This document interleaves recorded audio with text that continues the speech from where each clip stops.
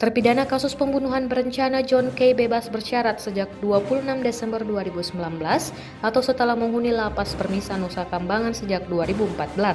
Narapidana atas nama John Refra alias John Kay telah bebas menjalani pembebasan bersyarat pada tanggal 26 Desember 2019, ujar Kabag Humas dan Protokol Ditjen Permasyarakatan Kemenkumham Ade Kusmanto dalam keterangannya di Jakarta Kamis 26 Desember 2019, seperti dilansir Tribun Timur dari Kompas.com.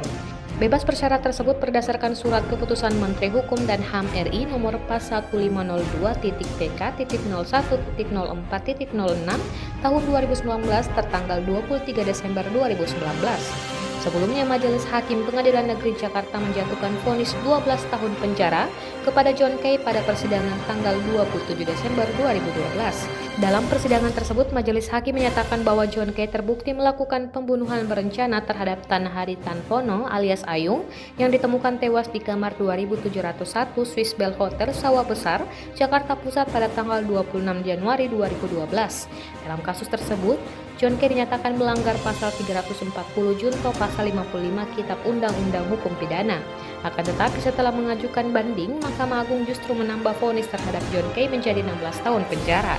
Setelah mendapat remisi 36 bulan 30 hari berdasarkan perhitungan, John Kay akan bebas pada tanggal 31 Maret 2025. Namun setelah memenuhi persyaratan, John Kay diberikan program pembebasan bersyarat sejak 26 Desember 2019 dan masa percobaan hingga 31 Maret 2026.